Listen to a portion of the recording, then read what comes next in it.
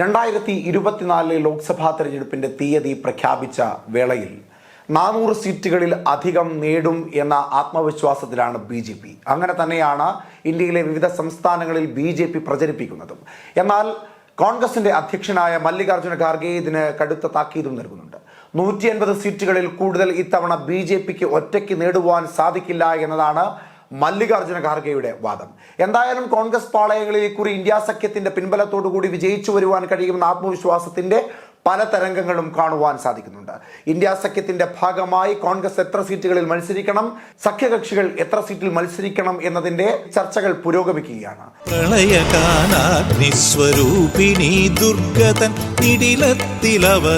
കോൺഗ്രസ് തിരഞ്ഞെടുപ്പ് സമിതി യോഗം ഇന്നലെയും ഇന്നുമായി AICCയുടെ ആസ്ഥാനത്ത് നടക്കുകയാണ്. 10 സംസ്ഥാനങ്ങളിലെ ചർച്ച നടന്നുവെങ്കിലും പൂർത്തീകരിക്കുവാൻ ഇതുവരെ സഖ്യത്തിന് സാധിച്ചിട്ടില്ല. ഈ സാഹചര്യത്തിൽ റായ്ബറേലിയും അതുപോലെ തന്നെ അമേഠിയും ഒരു ചർച്ചാ വിഷയം തന്നെയാണ്. എന്നാൽ UP കാര്യമായ ചർച്ചാ വിഷയമാക്കി കൊണ്ടുവരുന്നില്ല AICCയുടെ സീറ്റ് വിഭജന ചർച്ചയിൽ. UP മാറ്റിവെക്കുന്നതിന്റെ ഏറ്റവും പ്രധാനപ്പെട്ട കാര്യം അമേഠിയിൽ രാഹുൽ ഗാന്ധിയും റായ്ബറേലിയിൽ പ്രിയങ്ക ഗാന്ധിയും മത്സരിക്കുന്നതിൽ സന്നദ്ധത പ്രകടിപ്പിച്ചിട്ടില്ല എന്നുള്ളതാണ് അതിന്റെ കാരണമായി കോൺഗ്രസ് മുൻപോട്ട് വെക്കുന്നത്. അമേഠിയിൽ എന്തുകൊണ്ട് രാഹുൽ ഗാന്ധി മത്സരിക്കുന്നില്ല എന്നുള്ളതാണ് പ്രസക്തമായ ഒരു ചോദ്യമായി BJP ഉയർത്തുന്നത്. അതിൽ സ്മൃതി ഇറാനി എന്ന BJPയുടെ സ്ഥാനാർത്ഥിയെ ഭയമായതുകൊണ്ടാണ് അദ്ദേഹം സ്മൃതി ഇറാനിയുടെ വെല്ലുവിളി സ്വീകരിക്കുവാൻ തയ്യാറാകാതെ അമേഠിയിൽ നിന്ന് മാറി നിൽക്കുന്നത്. വയനാട് അത്രമേൽ സുരക്ഷിതമായ ഒരിടമായതുകൊണ്ട് വയനാട്ടിൽ നിന്നാൽ വിജയിക്കുമെന്ന് 100% ഉറപ്പുള്ളത് കൊണ്ടാണ് BJPയെ ഭയന്ന് വയനാട്ടിലേക്ക് പോയി വയനാട്ടിൽ മത്സരിക്കുന്നതെന്ന് BJP ആരോപണങ്ങൾ ഉയർത്തുമ്പോൾ, എന്നാൽ അങ്ങനെയൊന്നുമല്ല. അമേഠിക്ക് പകരം വയനാട് തനിക്ക് അത്രമേൽ ഉറച്ച ഇടമാണ്. വയനാട്ടിൽ താൻ പോയില്ലെങ്കിൽ പോലും അവിടെ വിജയിക്കുവാൻ സാധ്യതകൾ ഏറെയാണ്. അതുകൊണ്ട് അമേഠിയിൽ മത്സരിക്കാതെ അവിടെ മറ്റാരെങ്കിലും സ്ഥാനാർത്ഥിയായി മത്സരിപ്പിച്ചുകൊണ്ട് കൂടുതൽ വിജയസാധ്യത ഉറപ്പിക്കുവാൻ കാര്യമായ രീതിയിൽ പ്രചരണ രംഗത്ത് താൻ മുൻപന്തിയിൽ ഉണ്ടാകും എന്ന ഉറപ്പും കോൺഗ്രസിന് നൽകുന്നുണ്ട് രാഹുൽ ഗാന്ധി. അതുകൊണ്ടാണ് അമേഠി കാര്യമായ ചർച്ചയ്ക്ക് വിധേയമാക്കാത്തത്. ഉത്തർപ്രദേശും ചർച്ചയ്ക്ക് ഒരു പാത്രമാക്കാത്തതിന്റെ കാരണം അതുതന്നെയാണ്. റായ്ബറേലിയിലേക്ക് വരുമ്പോൾ റായ്ബറേലിയിൽ സോണിയാഗാന്ധി ആയിരുന്നു അവിടെ മത്സരിച്ചു വന്നിരുന്നത്. ഇപ്പോൾ സോണിയാഗാന്ധി ലോക്സഭയിൽ നിന്ന് മത്സരിക്കാതെ ആരോഗ്യ കാരണങ്ങൾ കൊണ്ട് രാജ്യസഭയിലേക്ക് മത്സരിക്കുകയാണ്.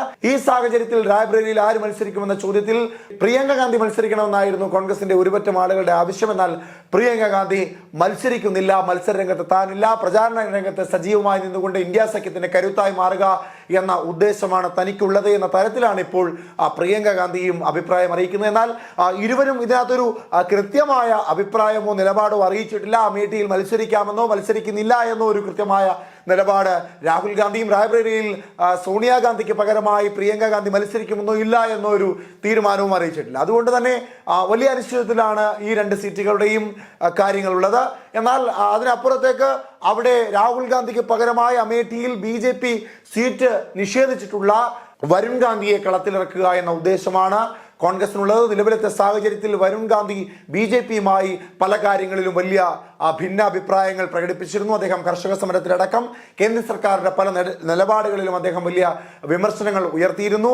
അതുപോലെ തന്നെ ഉത്തർപ്രദേശിന്റെ മുഖ്യമന്ത്രിയായ യോഗി ആദിത്യനാഥിനെതിരെയും കടുത്ത ഭാഷയിലുള്ള പ്രതികരണങ്ങൾ വരുൺ ഗാന്ധി പ്രകടിപ്പിച്ചിരുന്നു. ഇതെല്ലാം BJPയെ കാര്യമായി തന്നെ ചൊടിപ്പിച്ചതുകൊണ്ട് ഇക്കുറി വരുൺ ഗാന്ധിക്ക് സീറ്റില്ല.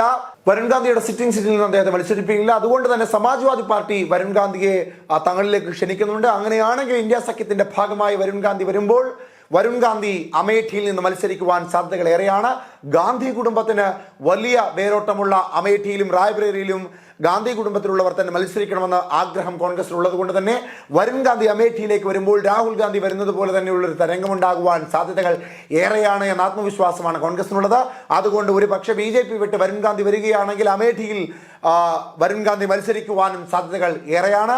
അതല്ല എങ്കിൽ രാഹുൽ ഗാന്ധി മത്സരിക്കണമെന്നൊരു അഭിപ്രായം കോൺഗ്രസ് ഉയർത്തുമ്പോഴും രാഹുൽ ഗാന്ധി അതിലൊരു കൃത്യമായ നിലപാട് പറയുന്നില്ല. അതുകൊണ്ട് തന്നെയാണ് ഉത്തർപ്രദേശിൽ ഒരു തീരുമാനമാകാത്തത്. പിന്നീട് പശ്ചിമ ബംഗാളാണ്. പശ്ചിമ ബംഗാളിലേക്ക് വരുമ്പോൾ പശ്ചിമ ബംഗാളിൽ CPM-ഉം കോൺഗ്രസും തമ്മിലുള്ള ഒരു ധാരണയായി കഴിഞ്ഞു. അവിടെ 12 സീറ്റുകളിൽ കോൺഗ്രസ് മത്സരിക്കും എന്നാണ് നിലവിൽ ലഭിക്കുന്ന അറിയിപ്പുകൾ. ഇന്നലെ വൈകുന്നേരം 4 മണിയോടുകൂടി ആരംഭിച്ച ചർച്ച 9 മണി വരെ നീണ്ടു നിൽക്കുകയായിരുന്നു. മഹാരാഷ്ട്രയും മധ്യപ്രദേശും ഒക്കെ ചർച്ചയായിരുന്നു, സീറ്റ് വിഭജനത്തിൽ ചർച്ചയായിരുന്നു. 10 സംസ്ഥാനങ്ങളോളം ചർച്ചയാക്കിയിരുന്നുവെങ്കിൽ പോലും ഒരു വ്യക്തത അതിലൊന്നും ഉണ്ടാക്കുവാൻ സാധിച്ചില്ല.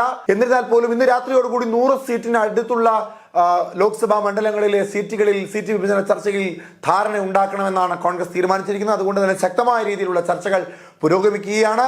റായ്ബറേലിയിൽ പ്രിയങ്ക ഗാന്ധി മത്സരിക്കുന്നുണ്ടോ ഇല്ലയോ എന്നത് അറിഞ്ഞിട്ട് വേണം അവിടെ ആരെ സ്ഥാനാർത്ഥിയാക്കണമെന്ന തീരുമാനത്തിലേക്ക് കോൺഗ്രസ് എത്തുവാൻ. എന്നാൽ പ്രിയങ്ക ഗാന്ധിയും യാതൊരു അഭിപ്രായവും തീരുമാനവും അറിയിക്കുന്നില്ല എന്നുള്ളത് കോൺഗ്രസിനെ സംബന്ധിച്ച് വലിയ ഒരു ബുദ്ധിമുട്ടിലേക്ക് എത്തിച്ചിരിക്കുകയാണ്.